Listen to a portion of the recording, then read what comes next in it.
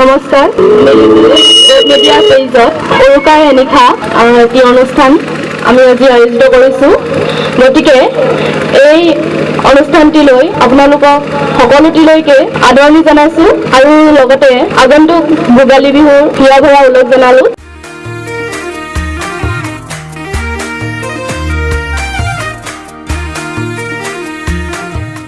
উৰুকাৰ নিশাৰ এই মঞ্চত মই উপস্থিত সকলো ৰাইজক ভোগালী বিহুৰ ওলগ জনাইছোঁ আৰু নৱবৰ্ষৰ শুভেচ্ছা জ্ঞাপন কৰিছোঁ।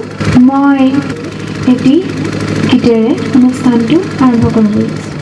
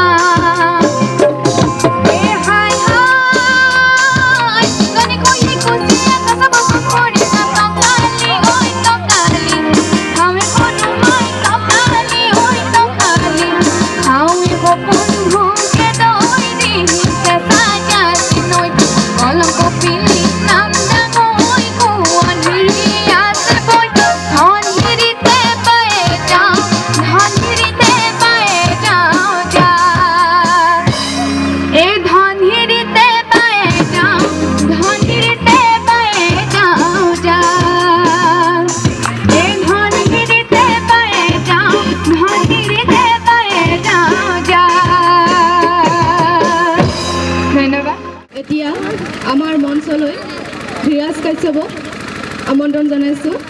এয়া আমাৰ মাজত কণ্ঠশিল্পী ধীৰাজ কাশ্যপ উপস্থিত আছে। আমি তেওঁলৈ মাইক্ৰফোনটো আগবঢ়াই দিছোঁ। সকলোকে নমস্কাৰ জনাইছোঁ পোনপ্ৰথমে। আৰু ইমান ধুনীয়া এটা অনুষ্ঠান আয়োজন কৰিছে মোৰ খুব মৰমৰ ভাইটি অনুৰাগ পৰাগ আৰু খুব মৰমৰ ভাইটি, তেওঁলোকক মই ধন্যবাদ জ্ঞাপন কৰিছোঁ।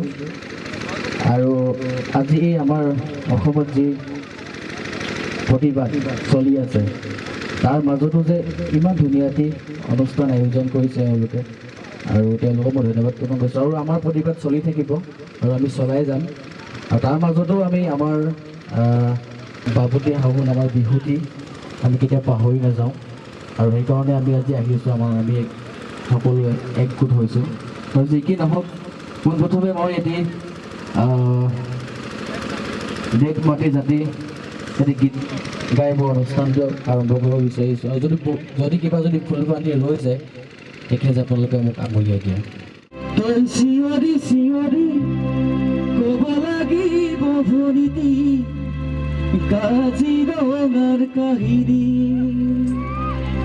তই চিঞৰি চিঞৰি ক'ব লাগিব ভৰিতি নদী বান্ধৰ কাহিনী তই যাদু নহয় অসমৰে তেজল গাভৰু তোৰ চাৰে কপি দুখে স্বজাতি হকে কুকুৰ দেখ বচাবলে জাতিব চাবলে চিঞৰি ক'ব লাগিব জয় অসম জননী একেলগে জয় অসম ধন্যবাদ মাতিলে ভাল লাগিব তই চিঞৰি চিঞৰি ক'ব লাগিব ভৰিতি কাজিৰঙাৰ কাহিনী চিঞৰি চিঞৰি ক'ব লাগিব ভৰিতি নদী বান্ধৰ কাহিনী তই যাদু নহয় মৰে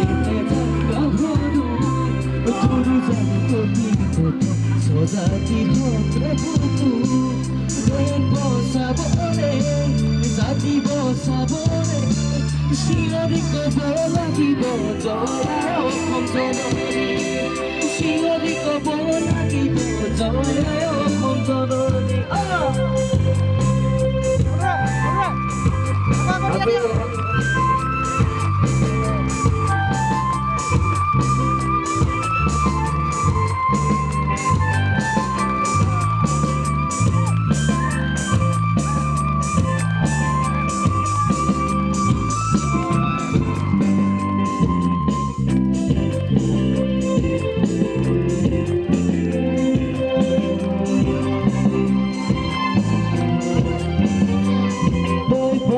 পাহৰি গ'লে নহ'ব ভৰিতি জয়মুনাৰে কিৰিতি ঘূৰি ঘূৰি চাব লাগিব ভৰিতি অতীতৰে বুৰঞ্জী ঘূৰে পাহৰি গ'লে নহ'ব ভৰিতি জয়মুনাৰে কিৰিতি ঘূৰি ঘূৰি চাব লাগিব ভৰিতি অতীতৰে বুৰঞ্জী হৈ যাদু নহয় অসমৰে তেজল গাভৰু তোৰ জানি কবি স্বজাতি হকে কুকুৰ দেখ বচাবলে জাতি বচাবলে চিঞৰি ক'ব লাগিব জয় অসম জননী চিঞৰি ক'ব লাগিব জয় অসম জননী চিঞৰি ক'ব লাগিব জয় অসম জননী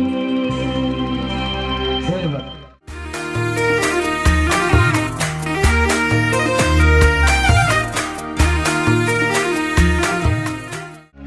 নাচনি এতিয়া যে গাভৰু এয়া চুকা ক'লে অকমান মৰম কৰো ময়ো বিচাৰিছো গভীৰ গুণাবোৰ মৰমে জানানে নিবিচাৰে জাতিকো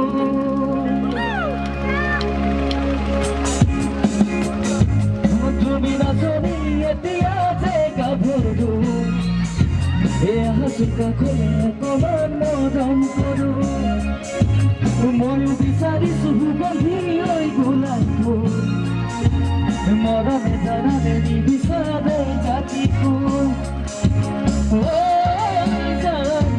মোৰ জান তোমাকে লগত লৈ পলাই গুচি যাম তোমাৰো লগত লৈ পলাই গুচি যাম তুমি নাচনি এতিয়া যে গাভৰু এয়া চুকা ক'লে অকমান মৰম কৰো ময়ো বিচাৰিছো গভীৰ গুণাবোৰ মৰমে জানানে নিবিচাৰে জাতিকো যাম মোৰ যাম তোমাকে লগত লৈ পলাই গুচি যাম তোমাকে লগত লৈ পলাই গুচি যাম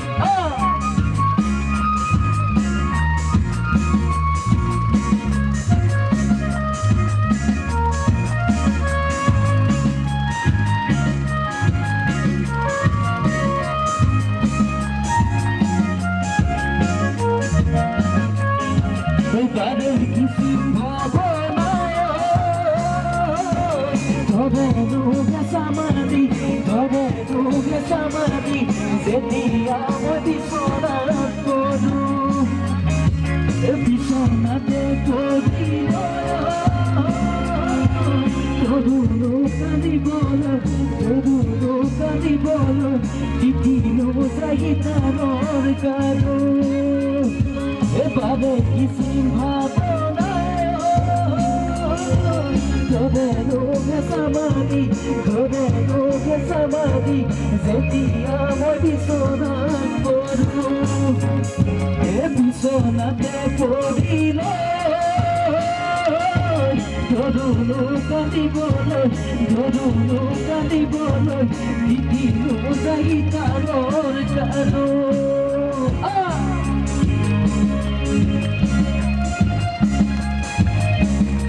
একেলগে আছে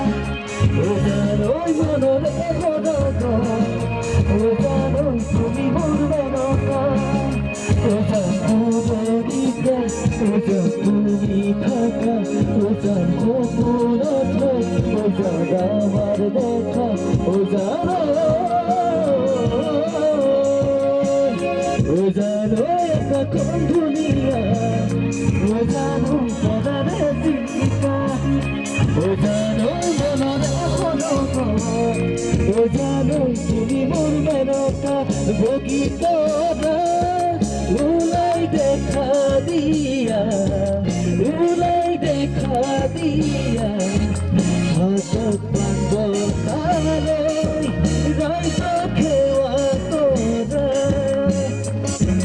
পচৰে ঈশ্বৰে সৃষ্টি সৰজিলে তাৰ পাছত সজিলে জীৱকে দানা চনি গীতত ওলাই দেখা দিয়া হাতত পাঙ্গতালৈ ৰাইজ খেৱা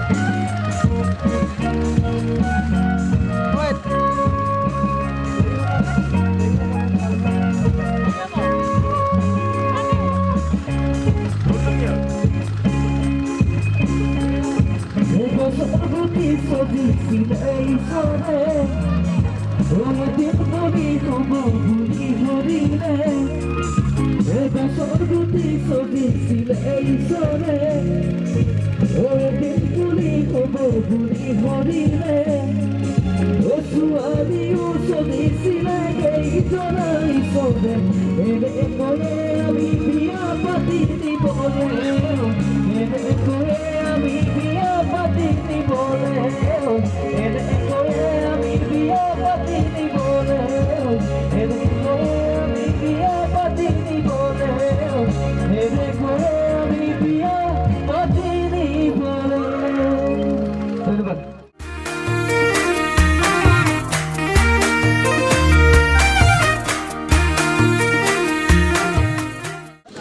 আচলতে অসমৰ এতিয়া ভোগৰ উৎসৱ ভোগালী বিহু মানুহে যেনেধৰণে পাতিব লাগিছিলে ঠিক তেনেধৰণে পাতিব পৰা নাই। আজি দেশৰ পৰিস্থিতি সকলোৱে গম পায়। তেখেতলোকে গোটেই শিল্পীখিনি অসমৰ যিখিনি শিল্পী আছে সকলো শিল্পীখিনিয়ে ৰাইজৰ লগত সহায় সহযোগিতা কৰিছে আৰু তেওঁলোকে যে শিল্পীসকলে যে সহায় সহযোগ কৰিছে বিভিন্ন ধৰণৰ তেওঁলোকলৈ ফোনযোগে ভাবুকিও আহিছে। গতিকে তথাপি তেওঁলোকে হাৰ মনা নাই। নিজৰ দেশৰ কাৰণে তেওঁলোকে আপ্ৰাণ চেষ্টা কৰি আছে যে এই জাতিধ্বংসী বিধেয়কখন হ'ব নালাগে। তেওঁলোকে চেষ্টা কৰি আছে। অসমৰ ইমূৰৰ পৰা সিমূৰলৈকে তেওঁলোকে প্ৰত্যেকখন অনুষ্ঠানতে তেওঁলোকে সহযোগ কৰিবলৈ চেষ্টা কৰিছে। যদিও সকলোতে সম্ভৱ নহয় তথাপিও তেওঁলোকে চেষ্টা কৰি আছে। তথাপি চৰকাৰে যি তেওঁলোকে দমনমূলক নীতি তেওঁলোকৰ ওপৰত মানে কৰিছে এইটো সঁচাকৈ খুব নিন্দনীয় হৈছে। আৰু শিল্পীসকলে যিহেতু ৰাইজৰ লগত সহযোগ কৰিছে তেওঁলোকক একোটা মানে টোপ দিবলৈ চেষ্টা কৰিছে যে শিল্পীসকলক 50,000 টকাকৈ আৰ্থিক সাহাৰ্য দিম বুলি। তেওঁলোকে কৈছে যে 17 চনতে এইখন বিধেয়ক মানে তেওঁলোকৰ বাজেটত আছিলে এইটো, কিন্তু ইমান দিনে তেওঁলোকে এই বস্তুটো ঘোষণা কৰা নাছিলে। যেতিয়া এই নাগৰিকত্ব সংশোধনী বিধেয়কখন যেতিয়া ৰাইজে উঠি পৰি লাগিছে, শিল্পীসকল যেতিয়া উঠি পৰি লাগিছে তেওঁলোকে তেতিয়া এনেকুৱা ধৰণৰ এটা টোপ দিবলৈ চেষ্টা কৰিছে। আৰু তেওঁলোকে কৈছে যে এইটো আমি শিল্পীসকলক দিবলৈ চেষ্টা কৰিছোঁ। আৰু ইমান দিনে 17 চনতে হোৱা বাজেটখন তেওঁলোকে কিয় শিল্পীসকলক ইমান দিনে দিয়া নাছিলে যে এনেকুৱা এটা মানে কুক্ষণত তেওঁলোকে এইটো বস্তুটো দিবলৈ লৈছে। সেইটো এটা মানে ৰাইজক শিল্পীসকলক টোপ দিবলৈ চেষ্টা কৰিছে আৰু এইটো এটা খুব নিন্দনীয় বিষয়। আমাৰ এই কেইজনমান উদীয়মান যুৱকে আজি মিলিজুলি এটা ৱেব মিডিয়াৰ যোগেদি আজি এনেধৰণৰ এটা অনুষ্ঠান আয়োজন কৰিছে। গতিকে তেখেতসকলৰ ভৱিষ্যতৰ কাৰণে আপুনি কিবা ক'বনে? হয়, অনুৰাগ শংকৰ তেওঁলোকে যিটো এইটো প্ৰচেষ্টা হাতত লৈছে আমাৰ এই খুমটাই চকলীয়া গাঁৱৰ পৰা, তেওঁলোকে মই আশা কৰিছোঁ তেওঁলোকৰ আজিৰ এই অনুষ্ঠানটোৰ যোগেদি তেওঁলোকৰ যিটো মনৰ ইচ্ছা তেওঁলোকৰ এইটো সফল হওক, তাৰ মই শুভকামনা যাচিলোঁ। ধন্যবাদ। ধন্যবাদ বাইদেউ।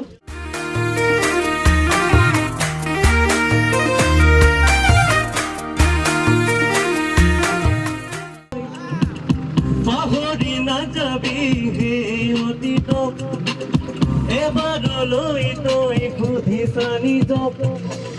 পাহৰি নাযাবি হে অতীতক, এবাৰলৈ তই সুধিছা নিজক। নিজক নহজাবি মাননাবদ, নহ'লে আকৌ হ'ব সদায় ঘাটৰ। নিজক নহজাবি মাননাবদ, নহ'লে আকৌ হ'ব সদায় ঘাটৰ, সদায় ঘাটৰ।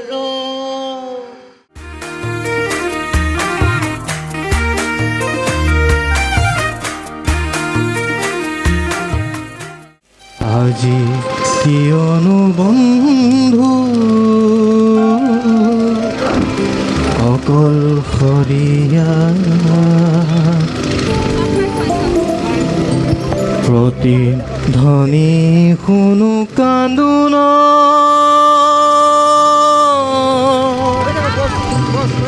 অ বিদেশী বন্ধু দুৰ্ভগীয়া, আজি কিয়নো বন্ধু অকলশৰীয়া। অ বিদেশী বন্ধু দুৰ্ভগীয়া, আজি কিয়নো বন্ধু অকলশৰীয়া। প্ৰতিধ্বনি শুনো কান্দোন। অ বিদেশী বন্ধু দুৰ্ভগীয়া, আজি কিয়নো বন্ধু অকলশৰীয়া।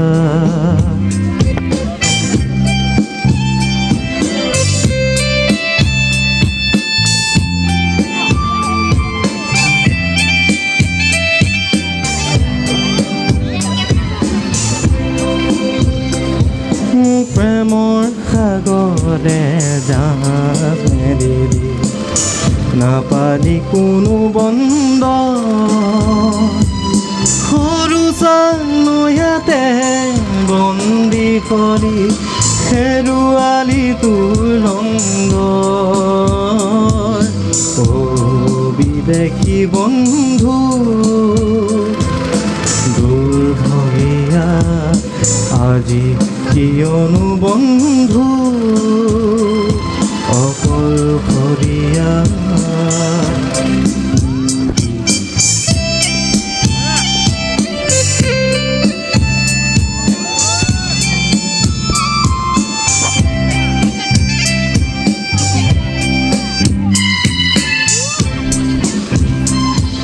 চিৰ সেউজতে চামেলি দেখিলি কি যে মনোমুগ্ধক লিৰিকি বিদাৰি সুগন্ধিলতে চামেলি হ'লগৈ পৰ বিদেশী বন্ধু দুৰ্ভগীয়া আজি কিয়নো বন্ধু অকলশৰীয়া বিদেশী বন্ধু দুৰ্ভগীয়া আজি কিয়নো বন্ধু অকলশৰীয়া বিদেশী বন্ধু দুৰ্ভগীয়া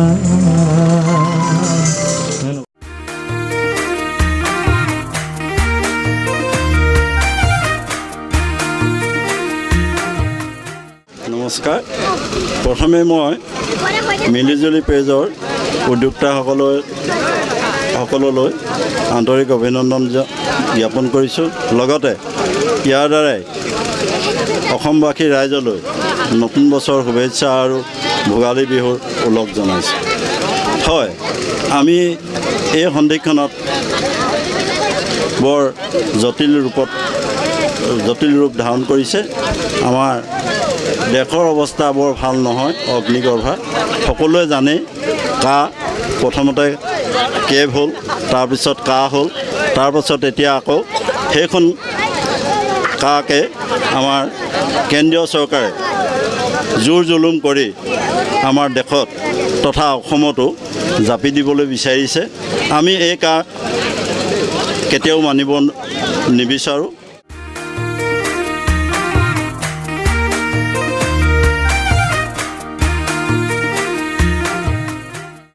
নাহৰ ফুলাৰ বতৰ নাহৰ ফুল মৰমৰ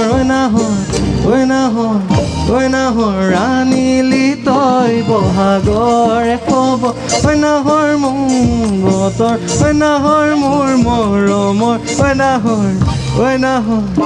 নাহৰ ৰাণীলি তই বহাগৰ খবৰ না না না না না না না না na na na na na na na na na na na na na na na na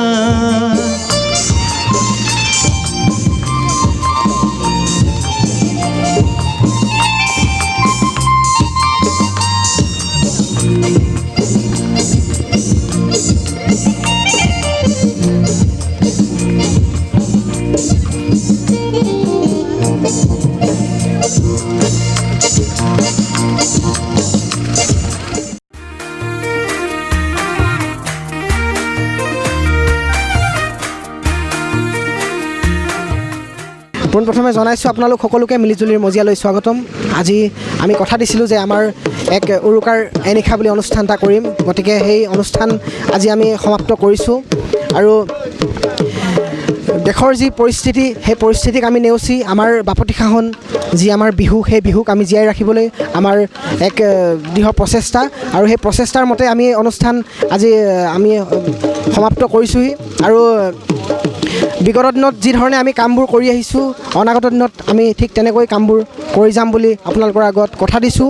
আৰু আমি প্ৰথমবাৰৰ বাবে অনুষ্ঠানটো কৰিবলৈ সাহস কৰিছিলোঁ আৰু অনুষ্ঠানত ভুল খুটি ৰৈ যাব সেইটো স্বাভাৱিক কথা আৰু ভুলখিনি আমাক শুধৰাই দি অনাগত দিনত আমাক মৰম আৰু আশীৰ্বাদ কৰিব বুলি আমি আশা কৰি আজি আমাৰ উৰুকাৰ এনিশা অনুষ্ঠানৰ পৰা মই শংকৰজিৎ দাসে বিদায় মাগিছোঁ। ধন্যবাদ।